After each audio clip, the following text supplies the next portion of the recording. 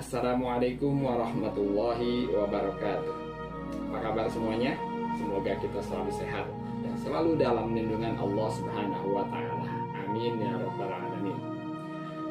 Bertemu kembali kita pada pembelajaran pendidikan agama Islam kelas 4, dan hari ini kita akan membahas tema 4, bersih itu sehat.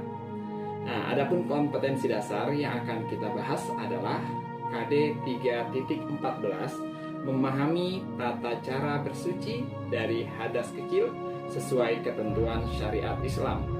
Nah, adapun tujuan pembelajaran setelah kita membahas materi ini, yang pertama diharapkan kepada seluruh peserta didik mampu mengenal arti bersih dan sehat dengan benar. Yang kedua, mampu menyebutkan pengertian hadas dan najis dengan benar. Dan yang ketiga, mampu menyebutkan tata cara bersuci dari hadas dan najis dengan benar. Kita lanjutkan belajar kita hingga tuntas.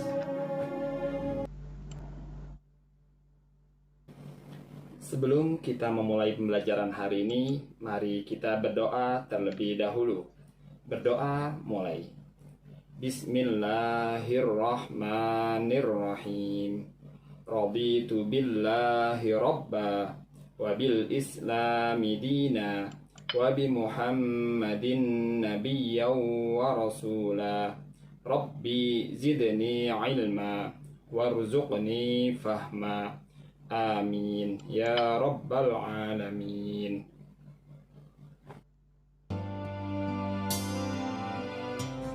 Setelah kita mengetahui tujuan pembelajaran dari tema 4 ini, maka pada tema 4 ini akan dibagi menjadi 3 subtema. Yang pertama, bersih dan sehat. Yang kedua, berwudu. Dan yang ketiga, tayamum. Pada pertemuan kali ini, kita akan mempelajari tema 4, subtema 1. Mengenal arti bersih dan sehat.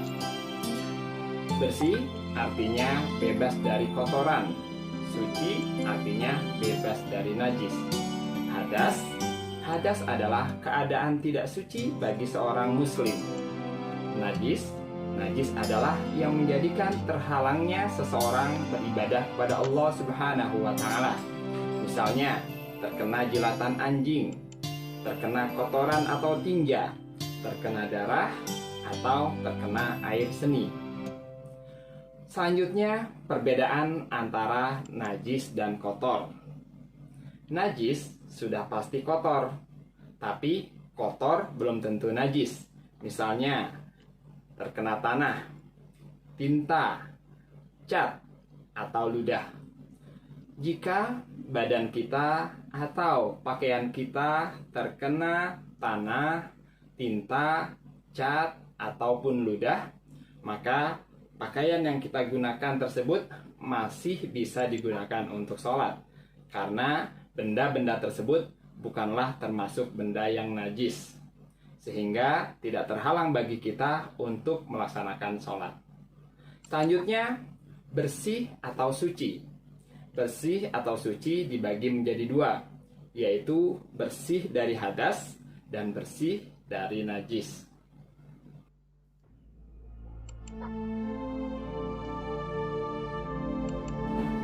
Suci dari hadas adalah salah satu syarat sahnya sholat. Nah, kenapa? Karena hadas adalah keadaan tidak suci bagi seorang muslim, sehingga menyebabkan terhalangnya untuk melaksanakan sholat. Hadas terbagi menjadi 2, yakni hadas kecil dan hadas besar. Hadas kecil disebabkan karena buang air seni, buang air besar, atau buang angin, sehingga menyebabkan seseorang batal wudunya. Lalu, bagaimana cara menghilangkan hadas kecil tersebut? Cara menghilangkan hadas kecil tersebut, atau disebut juga cara mensucikan diri dari hadas kecil, adalah dengan cara dicuci dengan air bersih, kemudian berwudu. Maka kita sudah terbebas dari hadas kecil. Kemudian yang kedua, hadas besar. Hadas besar ini disebabkan karena mimpi basah bagi laki-laki dan mengeluarkan darah haid atau nifas bagi perempuan. Lalu bagaimana cara membersihkan atau menghilangkan diri dari hadas besar tersebut? Nah, maka cara menghilangkannya adalah dengan cara mandi atau boleh juga tayamum jika tidak ada air. Suci dari najis termasuk syarat sah sholat. Jadi kita harus tahu bagaimana cara membersihkan najis jika terkena pada anggota badan kita atau pakaian kita atau juga tempat kita. Nah, cara membersihkan najis seperti darah, air seni, dan tinja harus menggunakan air mutlak. Apa itu air mutlak? Yaitu air yang suci dan mensucikan. Misalnya air sumur atau juga air hujan. Nah, cara membersihkannya bagaimana? Caranya dengan mengucurkan air ke benda yang terkena najis. Nah, bukan najis yang datang ke air ya. Nah, tapi air bersih disiramkan atau dialirkan kepada benda yang terkena najis. Perhatikan gambar di samping. Pada gambar tersebut terdapat seorang anak yang sedang membersihkan pakaian yang terkena najis. Nah, cara membersihkannya adalah pakaian yang terkena najis disiram dengan air yang bersih. Setelah hilang najisnya, yakni hilang rasanya, baunya, dan juga warnanya, maka baju tersebut sudah terbebas dari najis. Nah, kalau sudah kering, boleh digunakan untuk sholat kembali. Selanjutnya, jika kita selesai buang air kecil atau buang air besar, nah maka cara membersihkannya adalah dengan cara cebok atau istinja. Nah, cebok atau istinja ini harus menggunakan air mutlak juga, yaitu air yang suci dan mensucikan, seperti air sumur atau air hujan. Air keran juga termasuk, air kolam itu juga termasuk air mutlak, boleh digunakan untuk bersuci. Atau boleh juga menggunakan tisu, batu, atau benda kesat lainnya jika tidak ada air. Anak-anak, jika kita akan melaksanakan sholat, maka badan, pakaian, dan juga tempat harus bersih dan suci dari kotoran dan najis. Nah, cermati gambar berikut ini. Pada gambar tersebut, terdapat gambar seorang anak yang sedang melaksanakan sholat. Kita perhatikan, badan orang yang sholat harus bersih dan suci dari kotoran dan najis. Kemudian pakaian orang yang sholat pun juga harus suci dan bersih dari kotoran dan najis. Dan tempat sholat, yakni seluas sajadah, juga harus suci dan bersih dari kotoran dan najis. Dengan demikian, maka sholat kita akan sah atau diterima oleh Allah Subhanahu wa Ta'ala. Selanjutnya, bersih badan, pakaian, dan juga tempat itu tidak hanya ketika kita melaksanakan sholat saja, akan tetapi harus diartikan ke dalam keseluruhan kehidupan kita sehari-hari. Di luar sholat, badan kita pun juga harus selalu bersih. Nah, pakaian yang kita pakai juga harus bersih, seperti baju, celana, tas, sepatu, dan yang lainnya, semuanya harus bersih.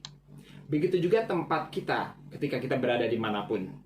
Nah, seperti ruang tamu, ruang kelas, dapur, tempat tidur, kamar mandi, dan yang lainnya. Semua tempat yang sedang kita tempati harus bersih. Kenapa? Karena dengan hidup bersih, maka tubuh kita akan sehat dan kuat, dan insya Allah terhindar dari penyakit. Amin ya rabbal alamin.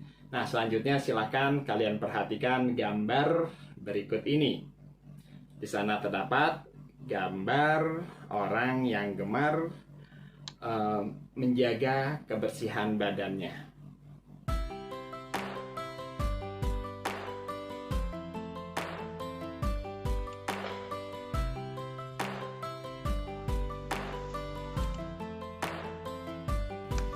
Setelah kita melaksanakan pembelajaran tema 4 subtema 1 ini, maka selanjutnya silakan kerjakan tugas berikut ini. Yang pertama, jelaskan apa arti bersih dan suci. Yang kedua, tuliskan perbedaan antara najis dan kotor. Ketiga, tuliskan 3 benda najis. 4. Tuliskan 3 benda kotor tapi tidak najis.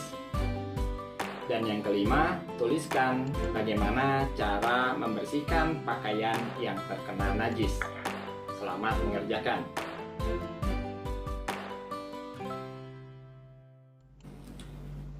Demikianlah pembelajaran kita hari ini. Semoga bermanfaat dan hendaklah kita selalu hidup bersih agar kita terhindar dari berbagai penyakit. Nah, selanjutnya marilah kita akhiri pembelajaran kita dengan membaca Alhamdulillahirabbil alamin. Sampai bertemu pada pembelajaran selanjutnya. Terima kasih. Wassalamualaikum warahmatullahi wabarakatuh.